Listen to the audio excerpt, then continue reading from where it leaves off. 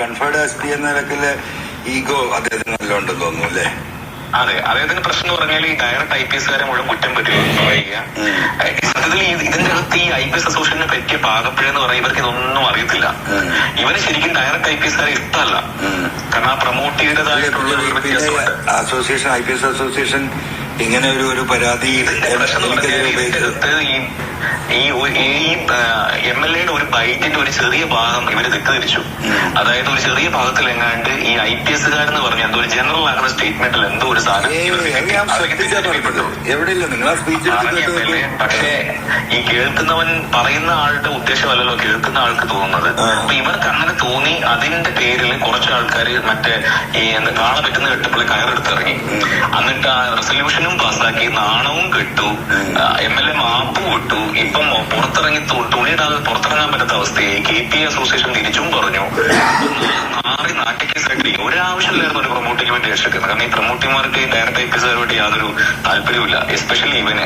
കാരണം ഇവൻ ഈ ഭയങ്കര ഞാനാണ് ഒന്നിറങ്ങിയാരൻ, ഞാൻ മറ്റേ ചായ പോലും കുടിക്കില്ല എന്ന് പറഞ്ഞ് ഇങ്ങനെ നാട്ടുകാരെ പറ്റി നടക്കല്ലേ. അല്ല, ഇപ്പൊ പുള്ളി നിങ്ങൾ ഇവിടെ 3 വർഷം വർക്ക് ചെയ്ത സമയത്ത് ഉണ്ടായ പെർഫോമൻസിന്റെ മേലെ പോകണം. അതിലേറെ FIR വേണം, അതിലേറെ പെറ്റി കേസ് വേണം, അതിലേറെ മണ്ണ് പിടിക്കണല്ലോ. ഞാൻ 84 ബെഞ്ച് മാർക്കിൽ ബേസിക് പോലീസിംഗ് ചെയ്തു വെച്ചേ. ഇവൻ അതല്ലാതെ ആകെ FIR കൂട്ടാനും മണ്ണുവെട്ടി പിടിക്കാനായിട്ടും ഞാനൊക്കെ വളരെ കൃത്യമായി എന്റെ നയം വളരെ വ്യക്തമായിരുന്നു. നയം വളരെ വ്യക്തമാണ്.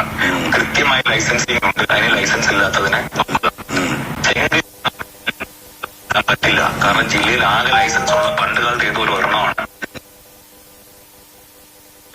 നെല്ലും പതിനും വേർതിരിക്കാനേ വരത്തുള്ളൂ. മണ്ണിടിഞ്ഞ് മലയിടിഞ്ഞ് താഴെയുള്ളവർ മരിച്ചു പോകും. അല്ലെങ്കിൽ ഒരാളുടെ പറമ്പിൽ ഗുണ്ടായിസം കാണിച്ച് കയറി ഒരു പ്രൊഫഷണൽ കയറി വെക്കുക. നാട്ടുകാർക്ക് ഭയങ്കരമായ പരാതി. വെള്ളപ്പൊക്കത്തിലോ അല്ലെങ്കിൽ മഴ പെയ്യുമ്പോഴോ ഞങ്ങളുടെ വീട് നശിക്കുന്ന പറയുന്നവര്. അങ്ങനെയുള്ള പരാതികളെ SB വേരിഫൈ ചെയ്ത് നന്മയുണ്ടെങ്കിൽ നടപടി.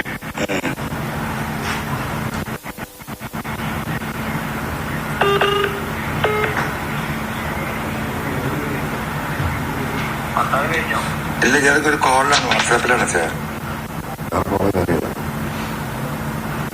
ഹലോ,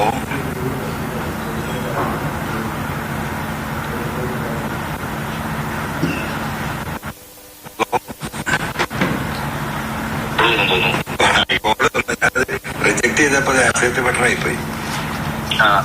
അപ്പം ഞാനത് നെല്ലും പതിനും വേർതിരിച്ച് പിടിക്കാനാണ് പറഞ്ഞേക്കുന്നത്. ഇപ്പൊ മണ്ണാണെങ്കിൽ ലൈഫ് മിഷനിൽ പിടിക്കുന്ന ലൈഫ് മിഷനിൽ പോകുന്ന ഒരൊറ്റ വണ്ടി പിടിക്കരുത് ഞാൻ പറഞ്ഞിട്ടുണ്ട്. ഭ്രാന്താണ്. അത് നിങ്ങൾ മാറ്റാത്തത് എന്റെ കുറ്റമല്ല. അല്ല, അവിടെയാണ് പ്രശ്നം ഉണ്ടായത്.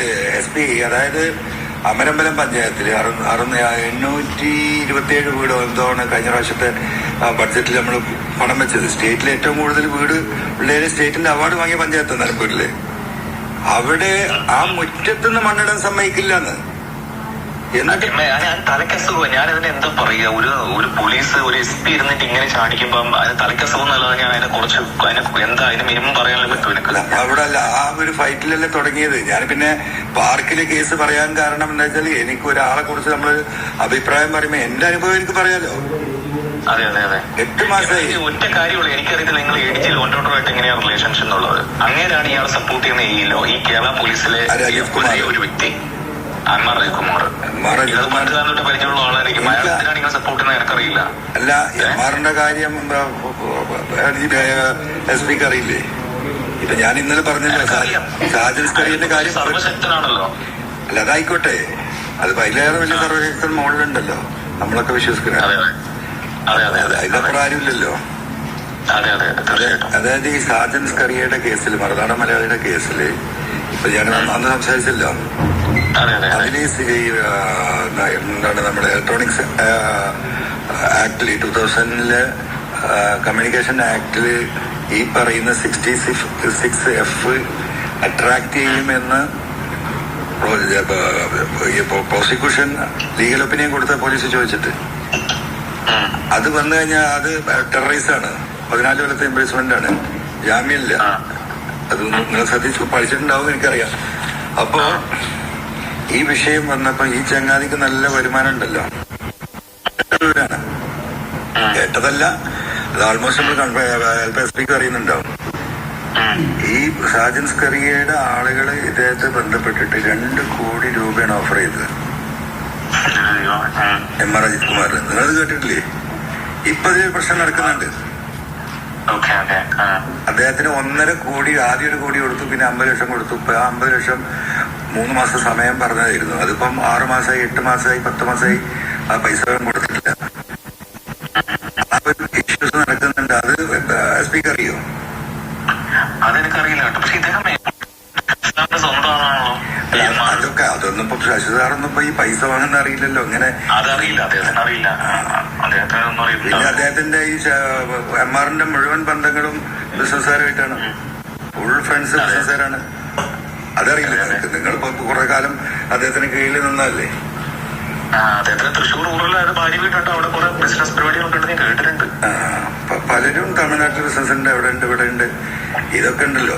ഇപ്പൊ ഈ ഗവൺമെന്റിന് ഇത്രയും ഇൻട്രസ്റ്റ് ഉണ്ടായ, ഈ നാട്ടിൽ ഇത്രയും വർഗീയ വിദ്വേഷം കത്തിപ്പഴിച്ച് അവന്റെ അടുത്തുനിന്ന് കാശ് വാങ്ങിയാൽ പിന്നെ എങ്ങനെയാ ഈ കാര്യങ്ങൾ നടക്കുക? ഇങ്ങനെ ന്യൂസേ നിങ്ങൾ കേട്ടിട്ടില്ല? അല്ല, ഇയാൾ ഈ കാശ് മേടിച്ചാലും ഞാൻ ശ്രദ്ധിച്ചിട്ടില്ല കേട്ടോ. ഞാൻ അവിടെ നിന്ന് പോയ മാനസികാവസ്ഥയിൽ ഞാൻ ഇതൊന്നും ഫോളോ അപ്പ് ചെയ്യാനായിട്ടുള്ള ഒരു സെറ്റപ്പിലല്ലായിരുന്നല്ലോ. ഞാൻ ആ APSൽ ഞാൻ അങ്ങ് ഒതുങ്ങി കൂടി. നിങ്ങളൊന്ന് വിളിച്ചന്വേഷിക്കും. നിങ്ങളാളുകളുണ്ടല്ലോ ഇഷ്ടംപോലെ.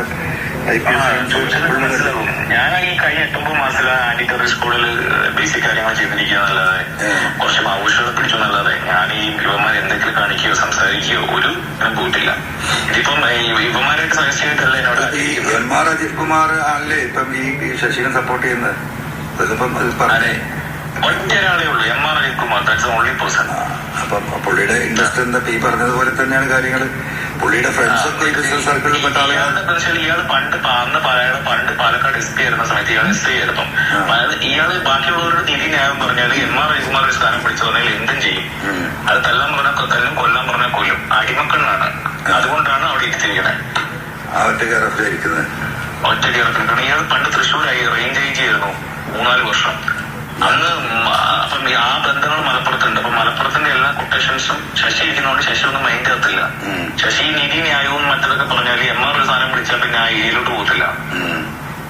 അപ്പൊ മലപ്പുറത്തെ എല്ലാ കൊട്ടേഷനും നടന്നു പോകും. നീതിയാണ് ശശിന്റെ നീതി, അല്ലാതെ വേറെ നീതിയൊന്നുമില്ല.